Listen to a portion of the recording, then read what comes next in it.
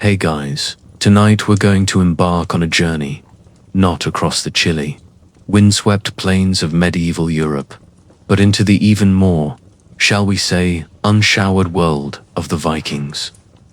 We're going to explore the remarkable, often brutal, and surprisingly complicated life of a leader who lived by the axe and died, if they were lucky, in their own bed. So, before you settle in, maybe grab that cozy blanket, adjust your pillows just so, and let the gentle hum of your surroundings lull you into that perfect state of historical contemplation. And if you're enjoying what we do here, a little like and subscribe is always appreciated, but truly, just getting comfortable is the main mission. Let me know in the comments where you're drifting off from tonight. It's always fascinating to see the global reach of our little historical escape. Now, dim those lights, maybe turn on a fan for that soft, rhythmic whoosh that always seems to whisper tales of old. And let's ease into tonight's epic saga, because tonight, we're not just observing history. Oh no, tonight, you're going to become history. Picture this, if you will. As the flickering shadows dance on your ceiling and the world outside begins to fade into a comforting blur, you open your eyes, not to the familiar comfort of your modern bed, but to the rough-hewn timbers of a longhouse. The air, thick with the scent of wood smoke, simmering meat, and, well, let's just say a collective, well-aged Viking musk. You stretch, and instead of feeling the soft give of a mattress, your muscles protest against a bed of straw and animal hides, definitely not memory foam, but surprisingly insulating. Your hand brushes against something cold and heavy, a highly decorative, intricately carved hilt. You look down, it's an axe, a really big axe, and as your eyes adjust to the dim light filtering through the smoke hole, you notice something else. Around you, dozens of bearded, formidable figures are stirring, their gazes, one by one, turning toward you. And in their eyes, you don't just see recognition. You see expectation, deference, fear. Congratulations, you are now a Viking king, or more accurately, a Jarl or a Conungur. But let's not split hairs on the nuances of Scandinavian feudal titles at 2 a.m., shall we? For simplicity, you are the boss. The big cheese.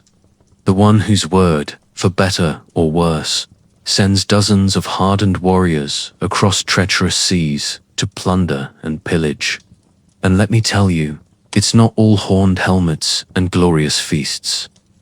The reality of being a Viking king was less about sitting on a fancy throne, contemplating your next grand conquest, and more about desperately trying to keep your increasingly malodorous subjects from turning your longhouse into a very sharp, very messy battle royale.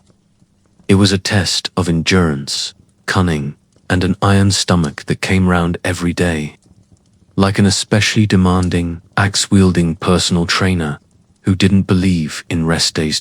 You see, being a Viking king in the 9th century was about as relaxing as trying to herd a flock of particularly aggressive, axe-wielding sheep through a blizzard, while simultaneously attempting to do your taxes. Except your taxes involved blood feuds, arcane laws, and the occasional demand for tribute from a neighboring chieftain who looked suspiciously like he was sizing up your longship for his next personal acquisition.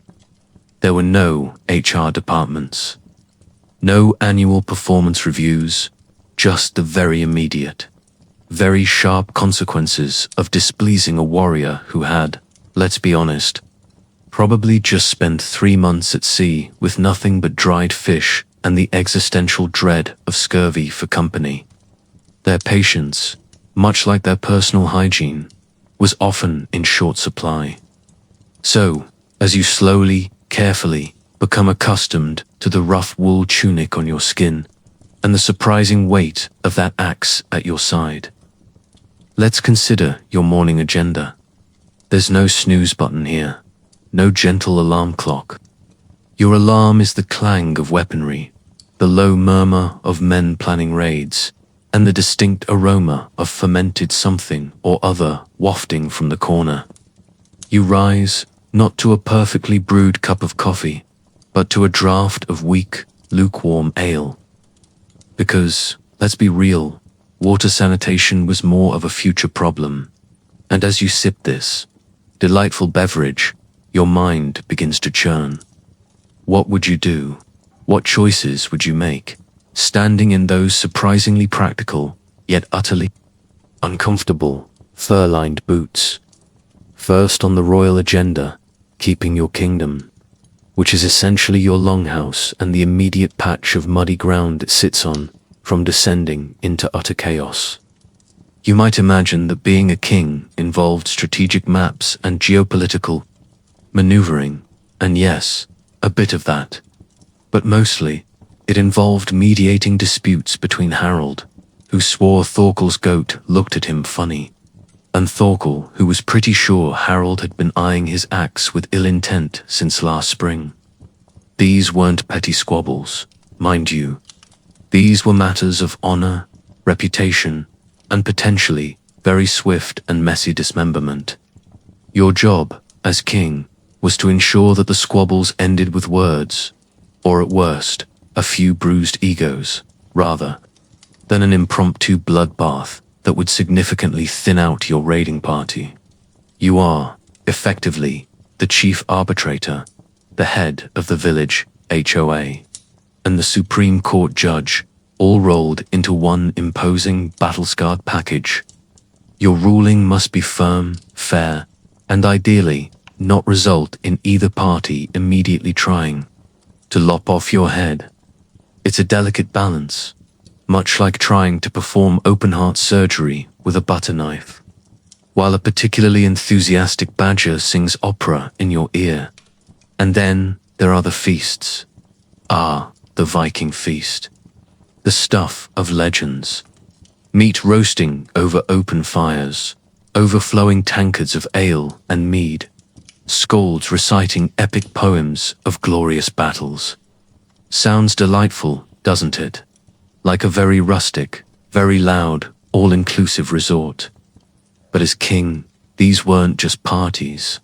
They were crucial diplomatic events, opportunities to solidify alliances, reward loyalty, and size up potential threats. Every gulp of ale, every bite of roasted boar, was a strategic move. You had to ensure enough food was plundered, hunted, or coerced from your neighbors to keep everyone fed, but not so much that it seemed you were hoarding resources.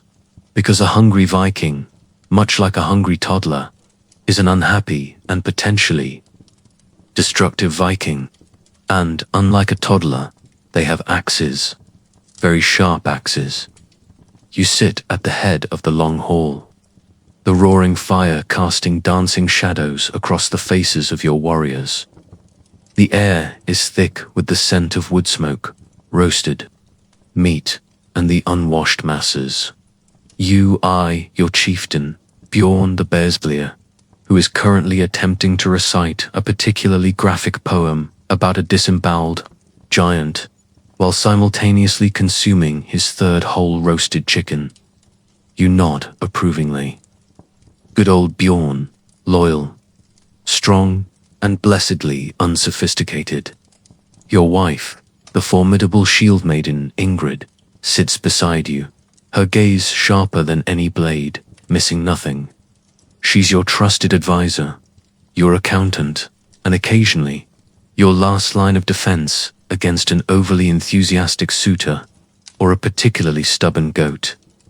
Her silent judgment is often more terrifying than a direct challenge from a rival. Chieftain, and while the mead flows freely, you are constantly aware who is talking to whom. Is that glint in Eric the Red's eye one of admiration or calculated ambition? Did that new arrival from the eastern trade routes just give you a respectful bow? Or was it a slightly too casual nod, hinting at a hidden agenda? Every interaction is a delicate dance. You must be generous, but not foolishly so. Strong, but not tyrannical. Approachable, but never weak. It's like hosting a very large, very boisterous family reunion, where half the guests secretly want to usurp your position, and the other half just really want to know if you brought enough mead. The stories the skalds tell are of bravery and glory, of raids across the sea, of rich monasteries ripe for the picking. You listen, nodding. These tales are more than entertainment. They are propaganda, recruitment drives, and a constant reminder to your warriors of the glory and the potential loot that awaits them under your leadership. You watch their eyes light up at the mention of silver and fine silks, and a subtle smile plays on your lips. Motivation is key.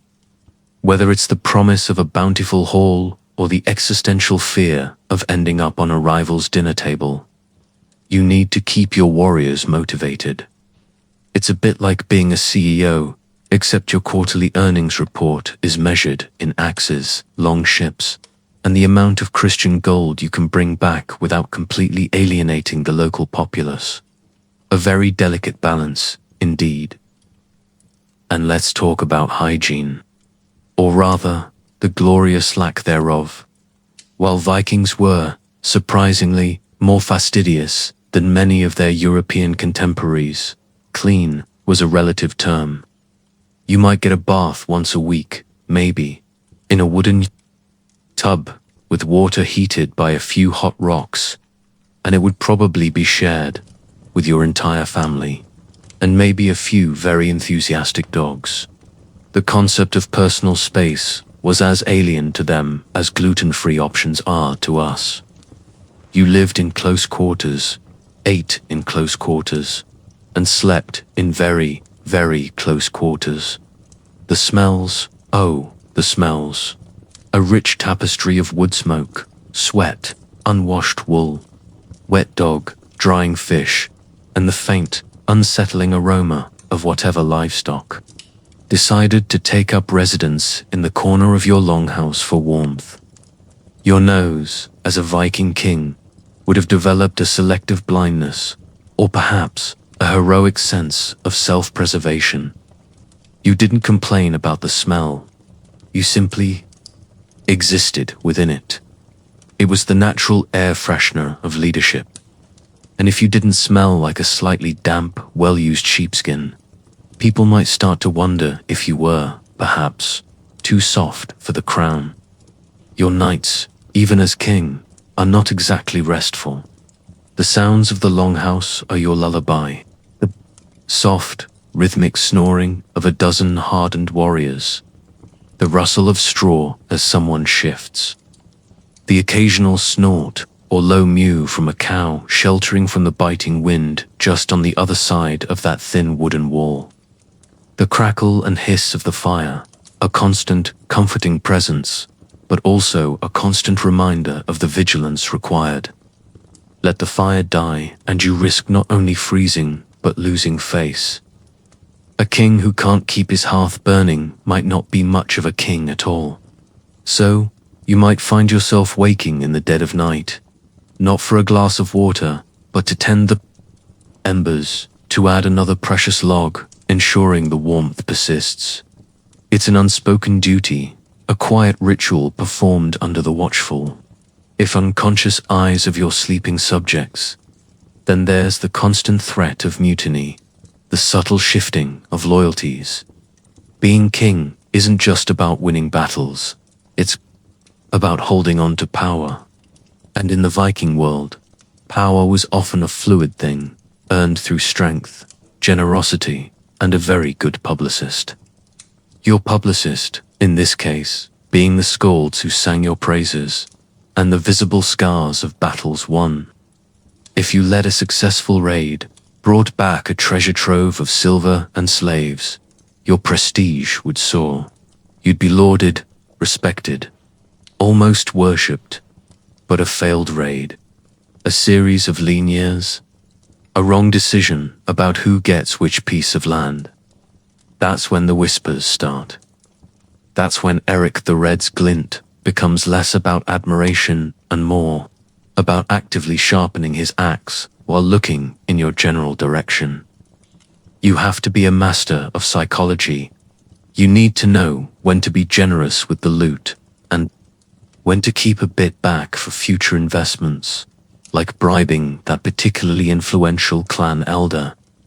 You need to know when to laugh off a challenge and when to meet it with the cold, unblinking stare of a man who has seen 1,000 deaths and is perfectly willing to add one more to the tally. You are constantly performing, always on, even in your sleep. You might find yourself subconsciously listening, measuring the shifting currents of loyalty and ambition in your hall.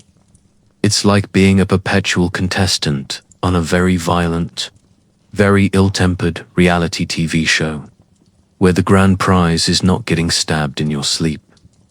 The decisions you make as king have immediate, often brutal, consequences.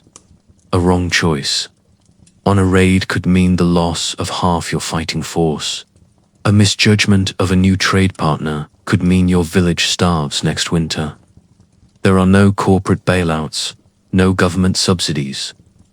Your decisions directly impact whether your people eat, whether they freeze, or whether they end up as someone else's property.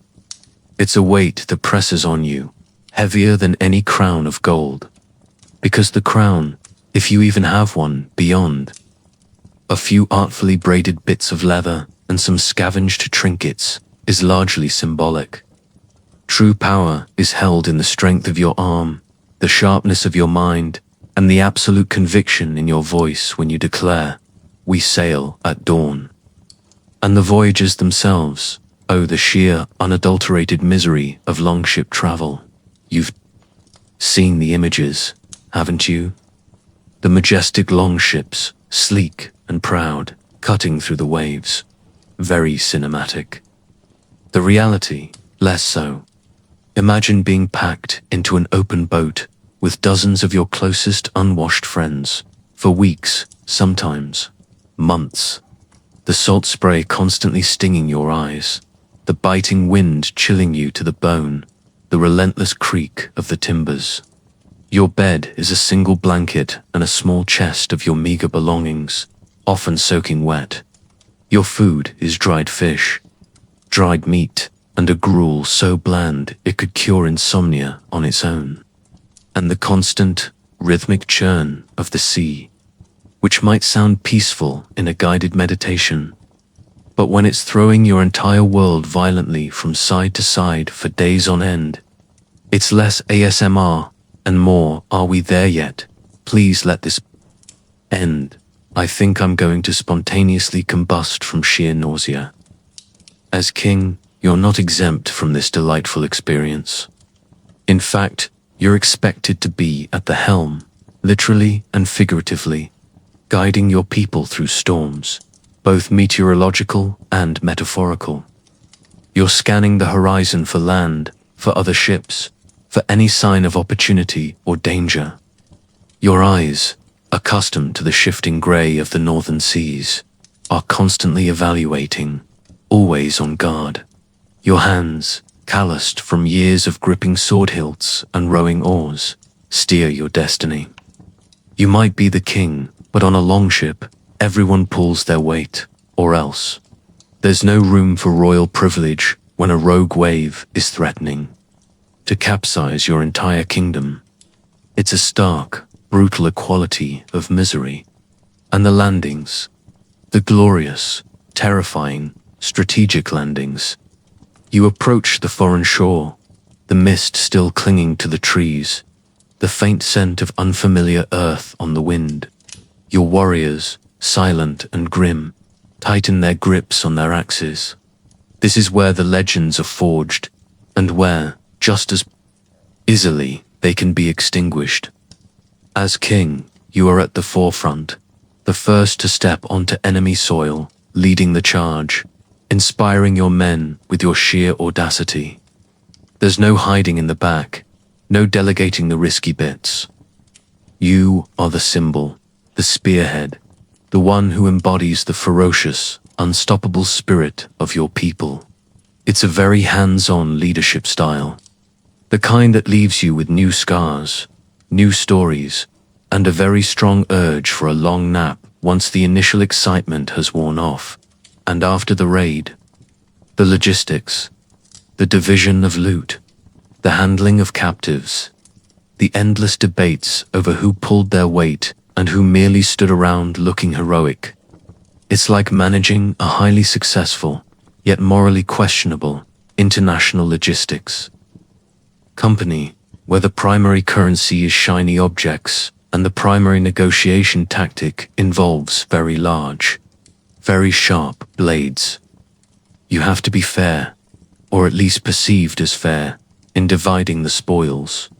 Too little for your warriors, and resentment brews.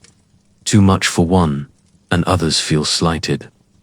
You learn quickly that a satisfied warrior is a loyal warrior, but a warrior who feels cheated is a future problem, a very sharp, very immediate future problem. Then there's the constant need for expansion. Your people are not content to sit still. The sagas are full of restless energy, a drive to explore, to settle new lands, to find new sources of wealth. As king, you embody this wanderlust. You're constantly weighing the risks and rewards of the next venture. Should you raid further south, where the monasteries are richer but the locals are better organized, or head west into the untamed wilderness, seeking new lands to settle, new opportunities to build a lasting legacy? It's a high-stakes game of global strategy, played without maps, without accurate intelligence, and with very little margin for error. Your GPS is the sun, the stars, and the intuitive knowledge passed down through generations of seafarers. Your weather forecast is a gut feeling and the wisdom gleaned from observing the flight of birds. It's exhilarating, terrifying, and utterly exhausting. And the enemies? Ah, yes, the enemies. They are everywhere. Rival Jarls from neighboring fjords, jealous of your success.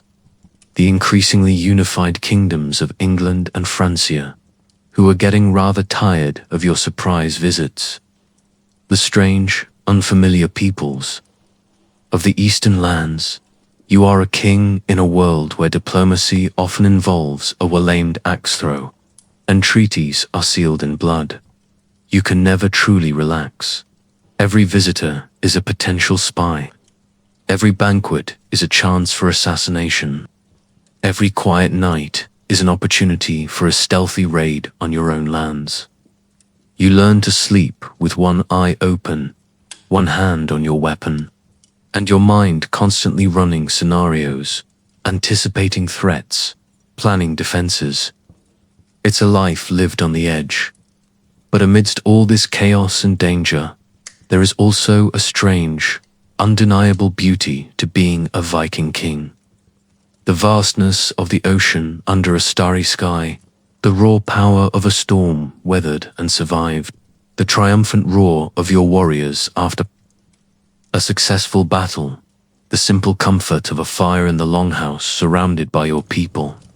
There is a primal satisfaction in building, leading, and surviving in such a harsh world. You are not just a ruler. You are a father figure, a warrior, a diplomat, a navigator, and a storyteller. You are the beating heart of your community, and their fate rests squarely on your broad battle-scarred shoulders. So, as you drift deeper into the comforting embrace of sleep, imagine the weight of that axe in your hand, the roar of the waves. In your ears, the faces of your loyal, if somewhat smelly, warriors around you. What would you do? Would you lead them to glory, or would you succumb to the myriad dangers of this brutal, beautiful world? The choices are yours, King. But for now, rest. The dawn and its endless demands will come soon enough. And probably with more goat smells. Asterisk all right, settling back in. The sea mist still hangs heavy, though the sun now attempts to pierce through, casting long, distorted shadows across the wet deck of your longship.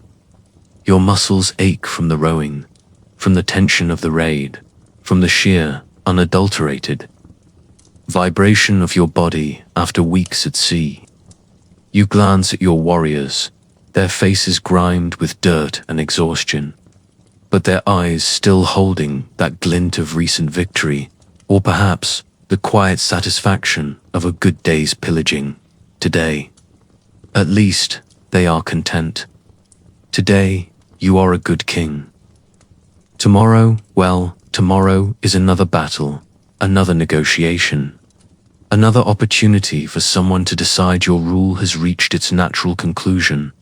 As the longship glides into the familiar fjord, the air slowly loses its salty bite, replaced by the comforting, if equally pungent, aroma of home. Wood smoke, the distant lowing of cattle, and the distinct, ever-present scent of human habitation, layered over generations. The sound of dogs barking carries faintly on the wind, a welcome, if cacophonous, symphony. You stand tall at the prow, your silhouette against the rising sun, an unspoken statement of power and return. Your people gather on the shore, a small, expectant crowd. Women, children, the elderly, all dependent on the bounty you bring back. No pressure, though. Just the weight of an entire community's survival resting on your well-worn shoulders. It's like returning from a particularly grueling business trip. Except your briefcase is full of stolen ecclesiastical artifacts and your quarterly earnings. Report is measured in human lives. The landing is a practiced affair. The keel grates on the shingle beach, a familiar sound. Ropes are thrown, men leap ashore, their movements still economical, even after the grueling voyage. You are helped from the ship, your legs feeling oddly rubbery after so long on the pitching deck. The ground feels solid, almost unnervingly still. A wave of greetings, a cacophony of questions. You manage a weary smile, a nod to a proud mother whose son returned, a grim acknowledgement to one whose son did not. This is the human cost of your kingship, laid bare before you. The glory of the raid always has its counterpoint in the silent grief of those left behind. You're a leader, a conqueror, but also, in these quiet moments, a shepherd of sorrows. Now, for the inevitable, the division of the spoils. This is where your skills as a diplomat, a mathematician of sorts, and a master of human psychology truly come into play. The loot is laid out. Silver chalices, bolts of fine cloth, gleaming swords, a smattering of gold coins, perhaps a few captives who look utterly terrified. Your warriors gather around, their eyes fixed on the piles, calculating, assessing. This isn't just about greed. It's about perceived fairness, about honor, about proving one's worth.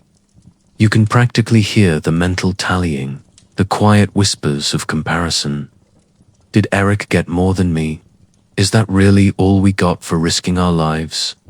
It's like a corporate bonus negotiation, but if anyone felt shortchanged, they might express their displeasure with a sharpened piece of steel, rather than a stern letter to HR.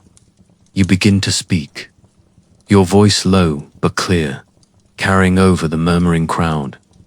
You praise their bravery, their strength, their unwavering loyalty. You recount tales of their valor, perhaps exaggerating a bit for dramatic effect, knowing that a little flattery goes a long way. Then, the grim business of allocation, a share. For those who fought bravely, a larger share for the wounded, a tribute for the families of the fallen, a portion for the community, for the Longhouse, for the next ships to be built. And, of course, your own share, which must be substantial enough to maintain your authority, but not so excessive as to breed resentment. It's a delicate dance, a tightrope walk over a pit of very sharp axes. You ensure the strongest, most influential warriors feel adequately rewarded. Bjorn the Bear Slayer gets that gleaming new axe he'd been eyeing. Thorkel, who almost lost an arm saving Harold, gets a particularly fine silver bracelet. It's all about maintaining the social contract, the unspoken agreement that binds these fierce as independent individuals to your rule. Once the initial distribution is done, the serious feasting begins. The Longhouse, now even more bustling and pungent, becomes the center of celebration. The air hums with the excited chatter of children, the laughter of women, and the boisterous boasts of warriors. Food is plentiful: roasted meats, fresh fish, root vegetables, bread baked on hot stones, and, of course, the ale and mead flow like a particularly murky river. You sit at your customary place, observing, listening. The raucous celebrations are a release valve, a necessary decompression after the intensity of the raid. But for you, the king, the work is never truly done. Even as you raise your horn in a toast, your mind is already drifting to the next challenge, the next opportunity.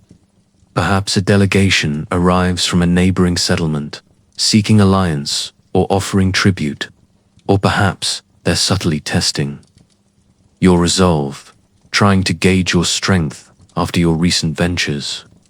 You greet them, offering hospitality, even as your keen eyes assess their numbers, their demeanor, the quality of their weapons. Are they truly friends, or merely wolves in sheep's clothing, waiting for a moment of weakness? Negotiations in the Viking world are less about diplomatic dinners and more about subtle displays of power, veiled threats, and a shared understanding that ultimately, force is the final arbiter. You discuss trade routes, shared enemies, perhaps even a marriage alliance to solidify the bond. It's like a very high-stakes game of chess, but instead of pawns, you're moving actual human lives. And a wrong move could result in a full-scale invasion of your backyard. Your backyard, remember, being a rather drafty longhouse surrounded by a lot of very sharp people. And what about the constant demands of justice? Disputes don't just end with the distribution of loot. There are thefts, arguments over land boundaries, accusations of slander, even murder. As king, you are the ultimate judge. The thing, your local assembly, gathers, often out in the open, under the watchful eyes of the community.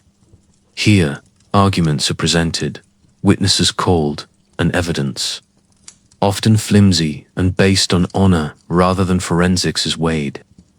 You must listen patiently, separating truth from boast, genuine grievance from petty squabble. Your judgments must be swift, decisive, and seen as equitable, or at least as a deterrent. Punishments range from fines and outlawry, which is essentially a death sentence, but with extra steps to blood feuds and, occasionally, even executions. It's like running a very busy, very ancient court system, but without the benefit of legal precedent, professional lawyers, or the comforting knowledge that no one will try to decapitate you if they disagree with the verdict. Your word is law, and the weight of that responsibility is immense. Asterisk, the long nights, now back in your own hall, are still far from silent. The crackle of the fire, the occasional snore from a particularly fatigued warrior, the whisper of the wind through the smoke. Whole.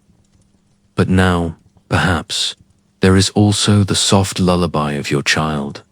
A small, fragile life, oblivious to the immense pressures on their parent.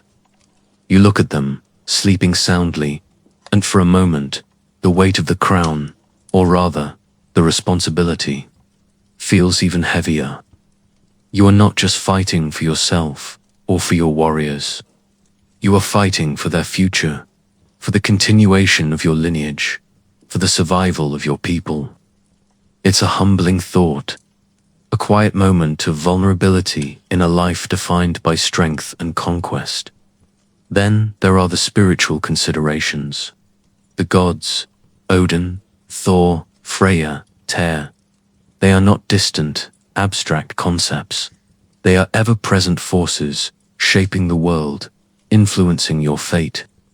As king, you are not just a political and military leader, you are also a spiritual conduit. You must respect the omens, heed the warnings of the vulva, the seeress. Imagine, too, the constant internal politics.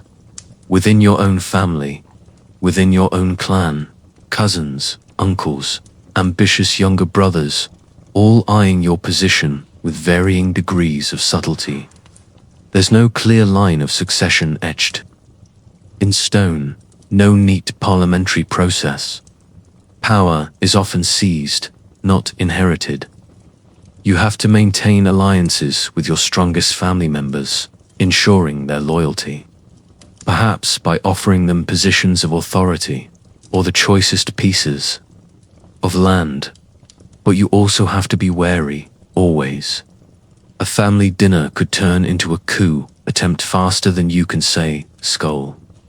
It's like navigating a particularly treacherous corporate ladder.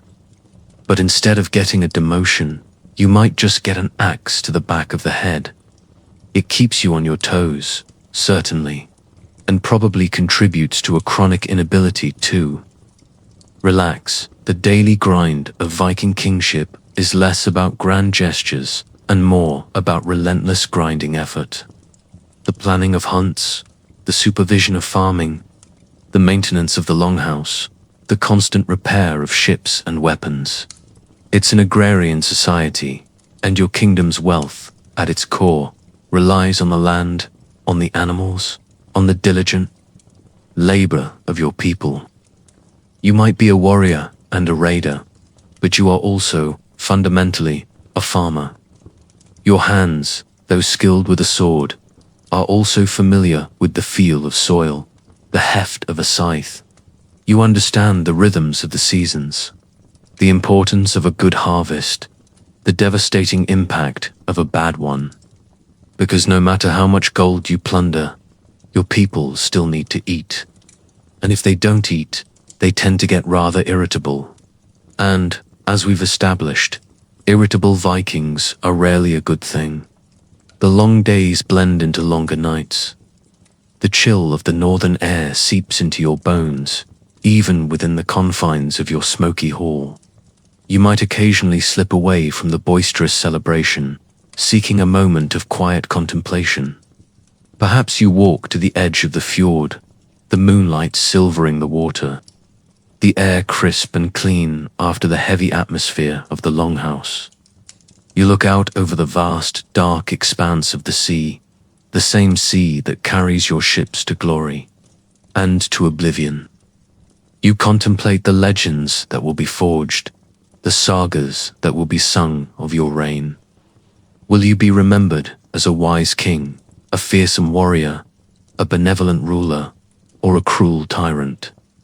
The judgment of history, in your world, is often decided by the skalds, by the bards who weave tales of your deeds. And they, much like modern journalists, can be swayed. It adds another layer of pressure. You're not just living your life, you're writing your own legend, one axe stroke, one diplomatic maneuver, one grim decision at a time. It's a performance for the ages, and the stakes couldn't be higher. So, as you slowly, deeply breathe, letting the sounds of the modern world fade, imagine the weight of those choices, the chill of the air, the scent of wood smoke, the constant hum of life in the Longhouse. This is your reality, King. A life of relentless challenge, immense responsibility, and a strange, undeniable allure. But for now, let the current of these ancient tales carry you further into the realms of dreams. because even a Viking king needs his rest. And perhaps, just perhaps, you'll awaken to the sound of a particularly demanding seagull rather than a particularly demanding chieftain, asterisk, as the soft glow of the Longhouse fire begins to dim, and the last of the ale-fueled boasts fade into snores. Your mind, as king, is already turning to the strategic landscape. It's not enough to simply survive. You must thrive.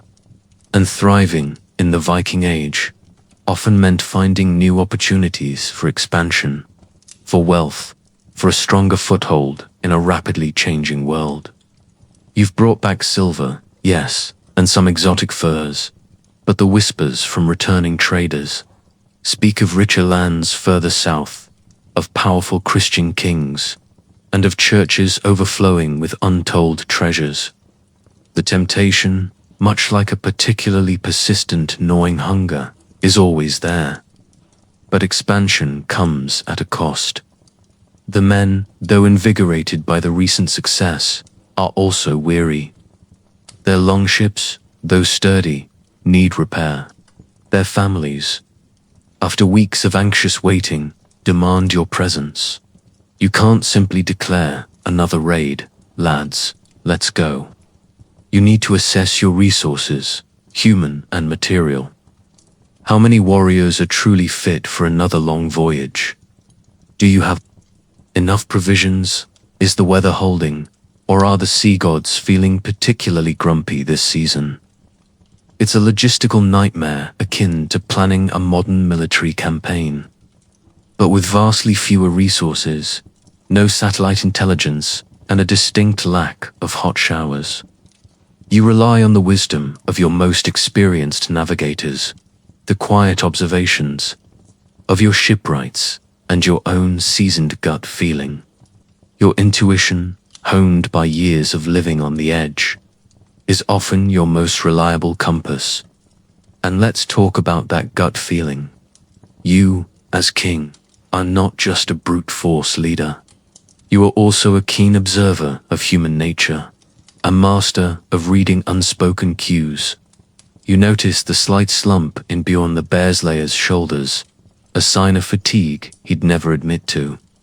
You see the eager glint in young Ragnar's eyes, a desire for glory that could be either a great asset or a reckless liability. You understand that your warriors are not interchangeable parts. They are individuals, each with their own strengths, weaknesses, and a very complex set of loyalties. Managing these personalities is a constant task, like trying to herd a group of very proud, very sharp-edged cats. You need to know when to push, when to praise, and when, for the sake of everyone's sanity, to simply let them brawl it out amongst themselves, as long as no one important gets permanently disfigured. The long winter months, though a time of relative rest, are also a period of intense planning. The snow piles high against the walls of your longhouse, muffling the outside world. Inside, the air is thick with the scent of pine resin, damp wool, and the steady, rhythmic rasp of tools as men sharpen axes, repair shields, and mend sails. You spend hours poring over crude maps etched onto hide or wood, discussing potential targets with your most trusted chieftains. The Anglo-Saxon kingdoms, rich and relatively soft, are always tempting. But they are also increasingly aware of your methods, building fortifications, raising armies. The Frankish lands offer incredible wealth, but their internal squabbles can make them unpredictable. And then there's the lure of the East, the rivers flowing into the vast, glittering cities of Byzantium and the Rus. Each option presents a different set of risks and rewards, like choosing between three different, very sharp, very unpredictable paths. Asterisk.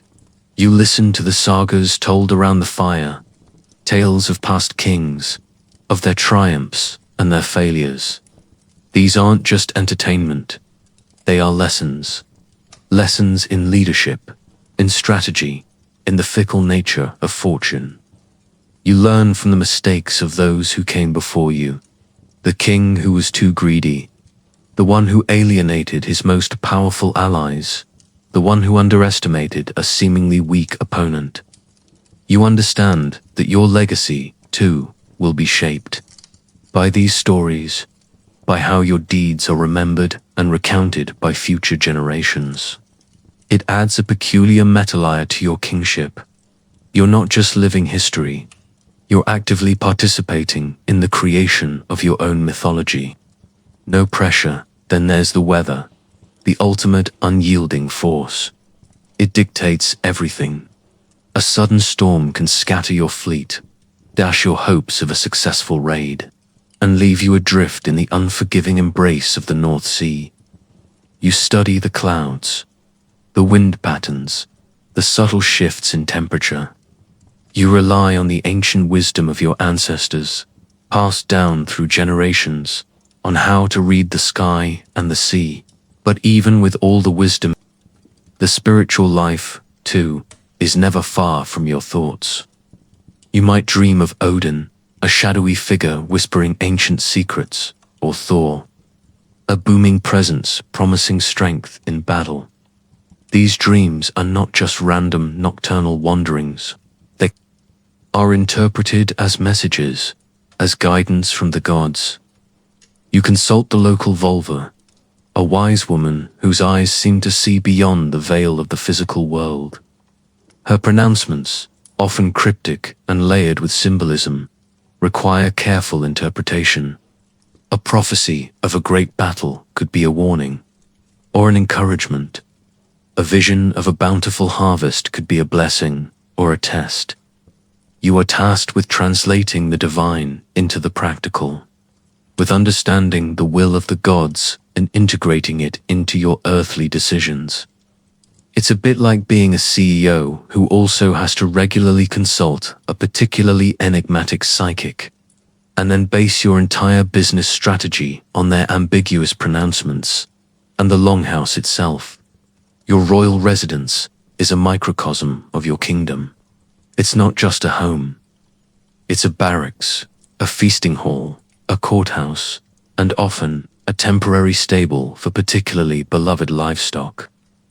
The sounds are constant, the murmur of conversations, the clatter of tankards, the sizzle of meat over the fire, the occasional squabble of children or dogs. The smells are equally pervasive, a blend of wood smoke, human bodies, cooking food, and the distinct scent of drying hides and leather. There's no escaping the communal nature of Viking life, even as king. Your privacy is a luxury you rarely afford yourself, and then, only fleetingly, perhaps during a solitary walk by the fjord at dawn, before the world truly awakens. Your personal relationships, too, are always under scrutiny. Your wife, the formidable shield maiden Ingrid, is not just a companion. She's a power player in her own right. She manages the household, oversees the provisions, and often acts as a vital political advisor, her keen insights often sharper than your own. Her influence over the women of the village is crucial for social cohesion. And your children, they are not just heirs, they are political pawns, future alliances waiting to be forged through strategic marriages. Their education involves not just the sagas and the skills of warfare, but also the intricacies of power, the necessity of ruthlessness, and the heavy burden of leadership. It's a family business, but the business involves axes, longships, and the occasional blood feud, and the lessons are often learned the hard way.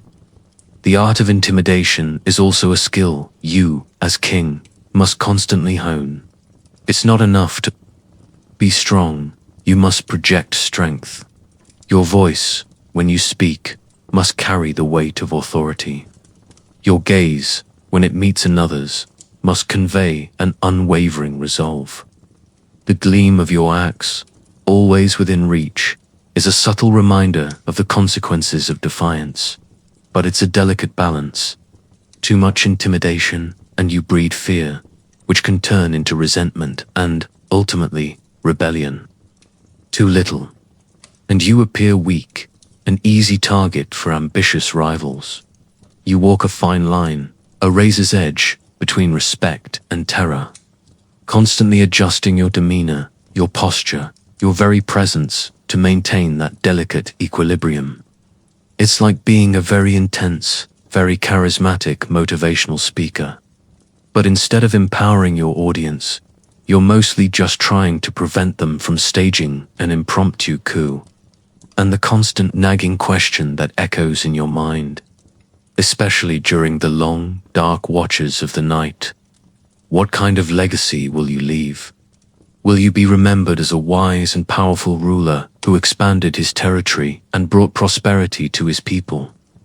Or will you be merely a footnote in the sagas, a king who failed, whose reign ended in defeat and obscurity?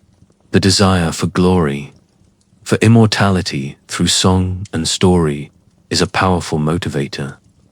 It drives you to take risks, to push boundaries, to strive for greatness.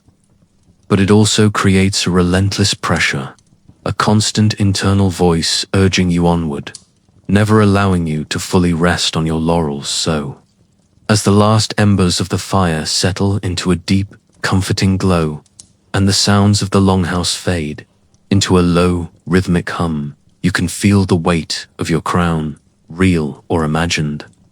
The responsibilities are endless, the dangers ever-present. But there is also the thrill of command, the satisfaction of leading your people, the visceral connection to a harsh but magnificent world.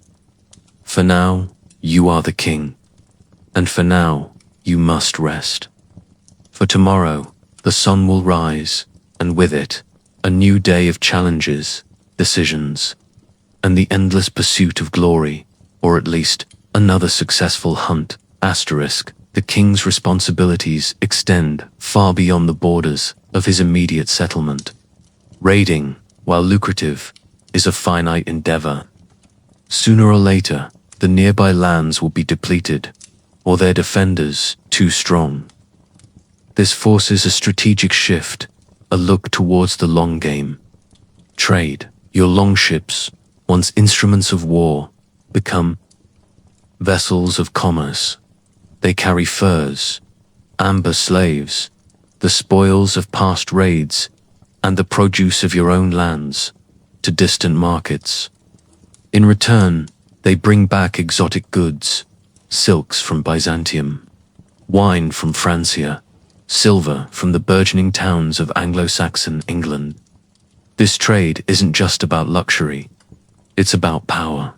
The more wealth that flows into your coffers, the more influence you wield, the more warriors you can equip, the more ships you can build. Yet, trade is not without its perils. Other kings, other Jarls, control vital waterways and strategically important ports. They might demand tolls, offer protection for a price, or outright threaten your merchant vessels. You need to send emissaries, skilled in negotiation and diplomacy, to secure favorable terms. Sometimes these negotiations fail, and a trade war erupts. A clash of economic interests that can quickly escalate into armed conflict. It's like being a medieval CEO, but your supply chain includes heavily armed pirates, and your quarterly earnings report might be delivered by a raven carrying a severed head. You also have to consider the changing nature of warfare. The old ways of pure raiding, of hitting fast and retreating, are becoming less effective as the settled kingdoms grow stronger. They are building fortifications, organizing larger armies, and developing more sophisticated defenses. This means you must adapt. Perhaps you need to employ new siege tactics, learn from the Frankish knights, or even hire mercenaries. You might even consider establishing more permanent settlements in foreign lands, creating new outposts for trade and future expansion. These are not decisions to be made lightly, for they require significant investment in resources and men, and could tie your destiny to far-flung territories. The internal politics of your own household remain a constant, simmering undercurrent. Your most ambitious chieftains, while loyal for now, are always looking for opportunities to increase their own power and prestige. You must keep them busy, keep them rewarded, and occasionally send them on a particularly dangerous but potentially very lucrative raid to thin their ranks or remind them of their place. It's a delicate dance of patronage and veiled threats, ensuring that no single rival grows strong enough to challenge your authority. You might arrange strategic marriages for your children or even for your chieftain's offspring, weaving a complex web of alliances and obligations that strengthens your own position. After all, blood is thicker than water, and sometimes political marriages are the only way to avoid a full-blown civil war. The demands of justice continue, as everyday life in your burgeoning settlement throws up new challenges. A dispute over fishing rights in the fjord, a stolen heirloom, a blood feud sparked by a drunken insult. These all land on your longhouse floor. You convene the thing, the assembly of free men, where arguments are aired and precedents are. The seasons, too, continue their relentless cycle, each bringing its own trials and tribulations. Summer is for raiding and planting, the long hours of daylight stretching the limits of human endurance. Autumn for harvesting and feasting, a time of plenty, but also a reminder of the lean months ahead. And winter, always winter, the biting cold that seeps into every crack of your wattle and daub walls. The frozen ground that is essentially your floor, the endless struggle to keep the hearth fire burning. You remember vividly the harshness, the constant fight for warmth. Medieval peasants, and by extension, your own people, were masters of survival against the cold. They layered rough-spun wool tunics and cloaks, hoping to become human onions. They brought their livestock indoors for their body heat, cows, goats, pigs, chickens, all sharing the cramped living space. You've seen, firsthand, chickens nesting in corners, pigs snorting near the hearth, and cows lounging against the walls, chewing cud. The smell was legendary by springtime. Even sleeping was a strategic act, huddling together for communal warmth, forming a desperate, snoring human lasagna. The very act of breathing was adjusted, slow and through the nose to warm the icy air before it hit the lungs. And a full stomach before bed was a vital tactic, the digestion generating heat, to last through the night. These are the realities of your people's daily existence, and your success as king is measured by your ability to mitigate these hardships, to provide enough to keep them alive and, perhaps, even slightly comfortable. Asterisk, the burdens of leadership manifest in unexpected ways. The constant need for vigilance, the endless procession of problems, the weight of every decision. Sleep, when it comes, is often restless, filled with the echoes of your responsibilities. You might dream of the roar of battle, the clash of steel, or the quiet, expectant faces of your people gathered on the shore. Sometimes you dream of the vast, empty sea, a symbol of both opportunity and overwhelming danger. But amidst all the challenges, there are moments of profound satisfaction. The sight of your fleet returning, heavy with plunder. The laughter in the Longhouse during a successful feast. The quiet pride as you watch your children grow, strong and capable. The respect, in the eyes of your warriors, earned through shared hardships and victorious campaigns. These are the fleeting rewards that fuel your resolve, that remind you why you bear the heavy burden of kingship. You are not just a ruler. You are a father, a warrior, a judge, a provider, a protector. You are the beating heart of your community, and their survival is inextricably linked to your strength and wisdom. The sun begins to rise, casting a pale, cold light through the smoke hole of the Longhouse. The sounds of stirring begin. A cough, a rustle of straw, the lowing of a cow from its corner. Another day, another set of decisions. Another chance to carve your name deeper into the sagas, or to stumble and fall, to become another forgotten.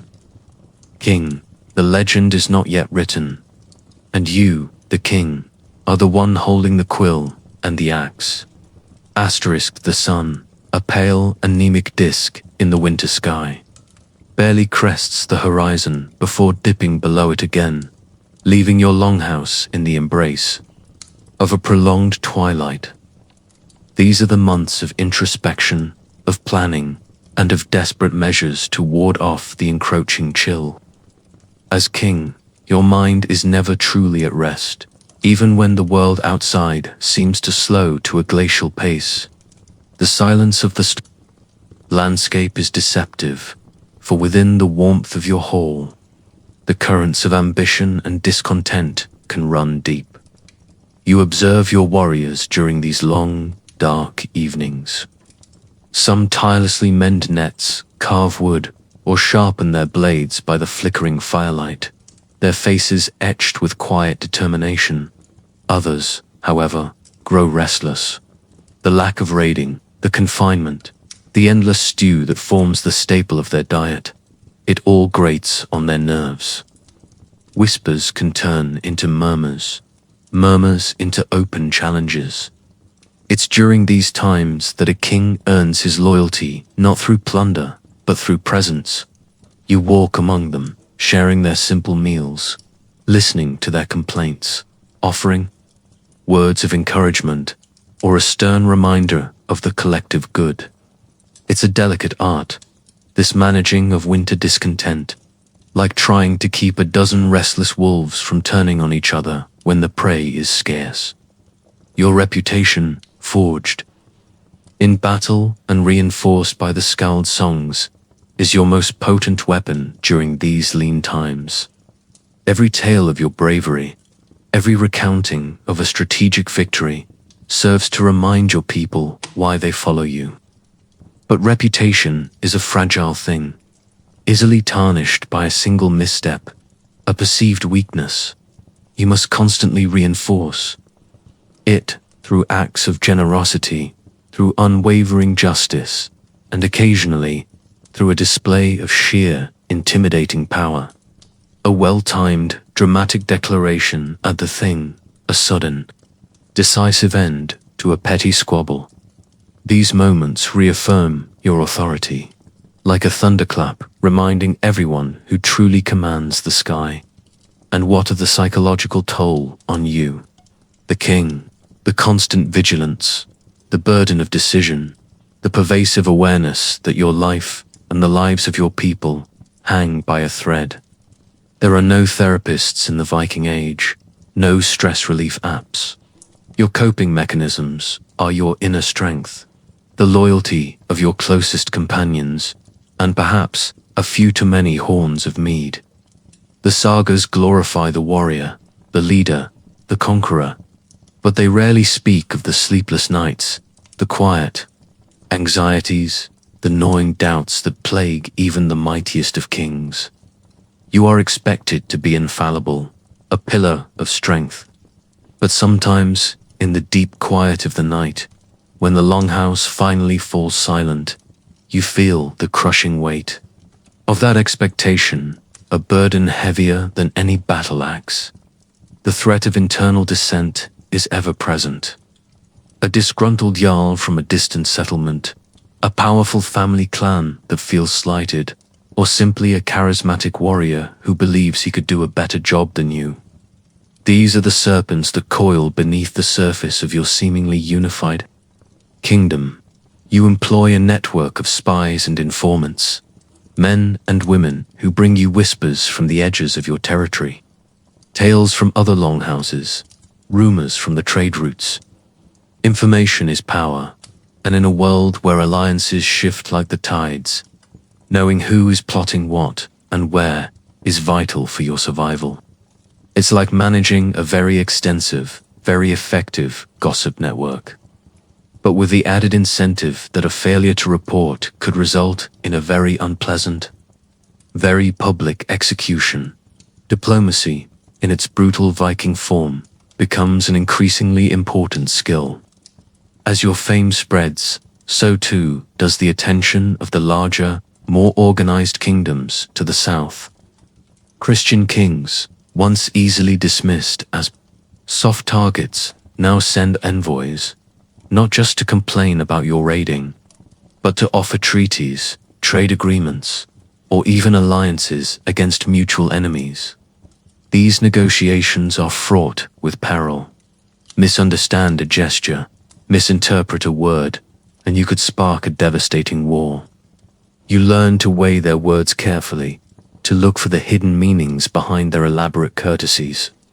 You must project strength, but also a cunning intelligence, demonstrating that you are not merely a brute, but a leader capable of strategic thought. It's a delicate dance between the roar of the bear and the slyness of the fox, often performed in a foreign tongue that sounds suspiciously like someone trying to clear their throat while gargling stones. Asterisk, your understanding of the world expands with each new encounter. You learn of their strange customs, their different gods, their complex political structures. You hear tales of great cities beyond your imagination, of vast armies, of wealth that dwarfs anything you've ever plundered. This knowledge can be both empowering and unsettling. It opens up new possibilities for trade and conquest, but also reveals the immense power of the world beyond your fjords. A power that could, if left unchecked, overwhelm your smaller, more independent kingdom. You realize that your future, and the future of your people, may increasingly depend on your ability to adapt, to learn, and to navigate this wider, more complex world. The legacy you are building, stone by stone, raid by raid, becomes a more tangible thing. You commission schools to compose sagas of your deeds, ensuring that your triumphs are remembered, and your failures, if any, are discreetly omitted or artfully reinterpreted. You invest in monumental projects, a new, larger longhouse, a fortified trading post, perhaps even a burial mound grand enough to mark your reign for centuries. These are not just functional structures. They are statements of power, testaments to your lasting influence, an attempt to defy the relentless march of time. You want your name to echo through the ages, to be remembered as a king who truly shaped the destiny of his people. It's like building your own personal historical monument, except the builders are your warriors. The architects are your best carpenters, and the funding comes directly from your last successful raid. And what about your own mortality? It is a constant companion in the Viking world. Every battle, every storm at sea, every winter's chill could be your last. You've seen countless warriors fall, brave men cut down in their prime. You've attended more funerals than feasts. This constant proximity to death instills a certain fatalism, a belief in word or fate. You accept that your time will come, but you are determined to make every moment count, to live a life worthy of a saga, to die with honor, and to ensure your name echoes long after your bones have returned to the earth. It gives a fierce urgency to your actions, a burning desire to leave an indelible mark on the world. So, as the embers of the hearth fade to a soft, pulsating glow, and the sounds of the longhouse are reduced to the quiet breathing of sleeping, warriors, you find a moment of true stillness. The weight of the axe, the chill of the air, the distant cry of a night bird. These are the anchors of your reality. You are king, a leader in a brutal, beautiful world, and your journey, your saga, is far from over. The future calls, shrouded in the mists of the unknown, but promising both glory and peril in equal measure. You close your eyes, ready for the dreams that will inevitably be filled with long ships, clashing steel, and the endless, demanding faces of your people. Sleep, for now, is your only true solace. Asterisk, the sun, when it finally makes a meaningful appearance in the spring sky, feels like a warm embrace after the relentless chill of winter. The ice in the fjord begins to crack and groan, a symphony of liberation, and the familiar scent of damp earth and awakening life fills the air. This is the season of renewed hope, of preparing the longships for new voyages, and of your people, emerging from their winter hibernation, blinking in the nascent light. As king, you feel a subtle shift in the communal energy, a palpable eagerness for action, for the thrill of the open sea and the promise of new horizons. But the world, as you know, is not static. Your reputation, while formidable, has also made you a target. The Anglo-Saxon kings, once fragmented and weak, are now forging stronger alliances, building more formidable defenses. The Frankish emperors are consolidating their power, their heavy cavalry a growing threat. Raiding, while still possible, is becoming riskier. The potential rewards weighed against increasingly bloody losses. This forces a strategic pivot, a deeper commitment to the long game. Perhaps you focus more on establishing permanent trading posts, sending your sons and trusted chieftains to oversee these burgeoning settlements. It's less about the glory of a lightning raid and more about the tedious, yet profitable, business of logistics and long-term investment, like turning your very successful but utterly chaotic startup into a slightly more organized, still morally ambiguous, multinational corporation. You spend more time now overseeing the shipbuilding, ensuring the integrity of the keels, the strength of the masts. Each ship is an extension of your power, a vessel for your people's future. You walk among the shipwrights, their hands skilled and calloused, discussing the curve of a plank, the placement of a rivet.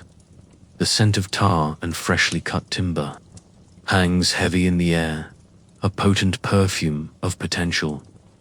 These ships are not just tools of war or trade. They are symbols of your ambition, of your commitment to your people's prosperity. And if one of them breaks apart in a storm, well, that's not just a monetary loss.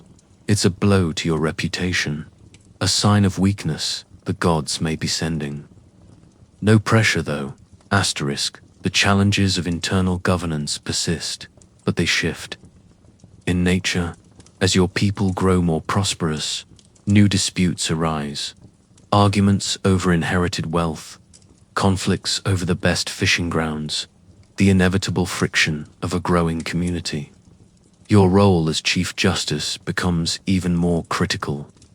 The thing, your local assembly, becomes a more formalized affair, with established procedures and traditions.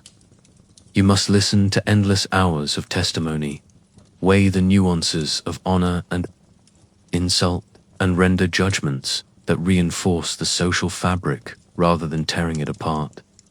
It's like being the mayor of a rapidly expanding, highly armed village, where every zoning dispute could escalate into a full-blown blood feud if handled improperly. And your family, your heirs, their future, becomes an increasingly pressing concern. Your children are growing, learning the ways of your people. Your sons are trained in warfare, in leadership, in the subtle art of political maneuvering. Your daughters, equally formidable, are groomed for strategic marriages that will cement alliances and expand your influence. You observe them, assessing their strengths and weaknesses, trying to discern which one possesses the wisdom, the cunning, and the sheer ruthlessness required to succeed you. Succession in the Viking world is rarely smooth, often involving intense competition and sometimes outright violence. You prepare them subtly and overtly for the inevitable struggle, knowing that your most important legacy might be the stability of your lineage. It's like running a very competitive family business, where the succession plan often involves more axes than spreadsheets. The older you get, the more your body, once a tireless machine of war and endurance, begins to protest. The aches in your bones from old wounds, the stiffness in your joints from years on pitching decks, the pervasive dampness that seems to settle deep within your very marrow. You still stand tall, you still command respect, but the physical demands of kingship are relentless. You rely more on your trusted lieutenants, on the keen eyes of your younger warriors, but the ultimate burden of decision still falls on you. You learn to listen to your body, to conserve your energy for the moments that truly matter, for the crucial pronouncements, the decisive calls to action. Your relationship with the gods also deepens.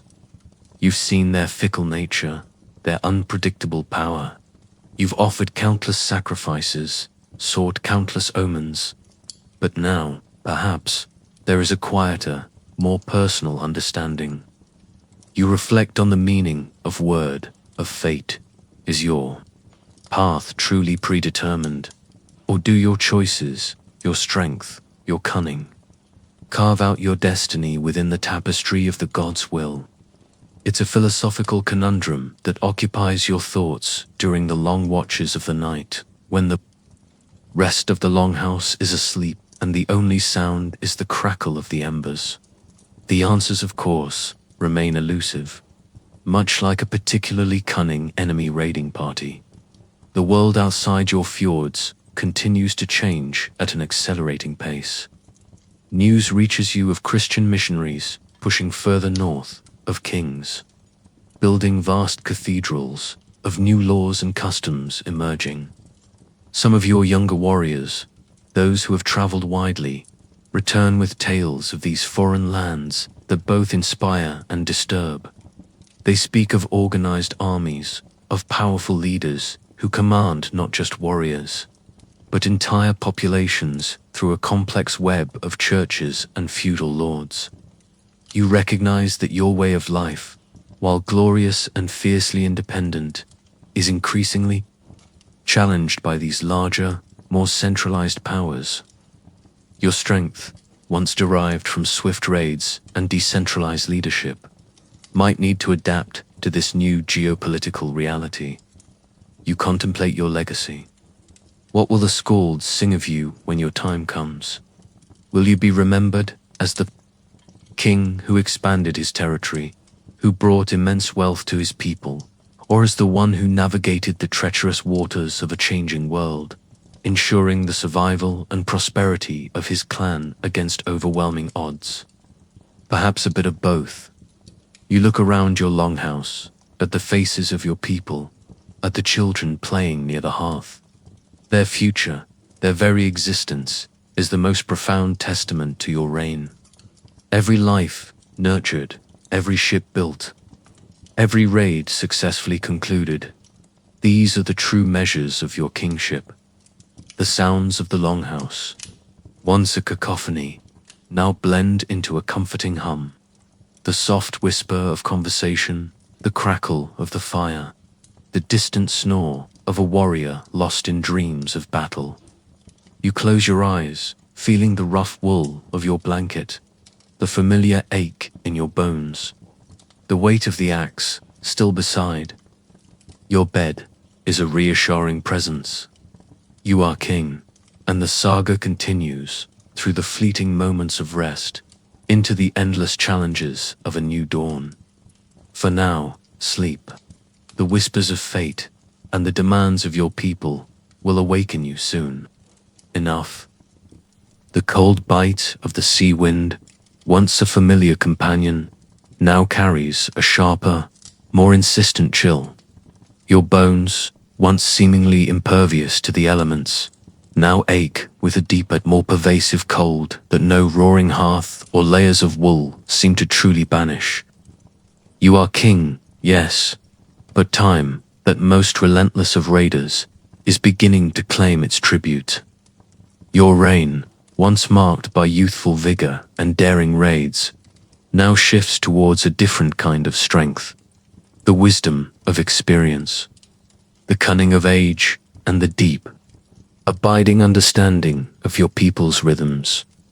Asterisk, the Longhouse, once a mere shelter, has become a living testament to your rule.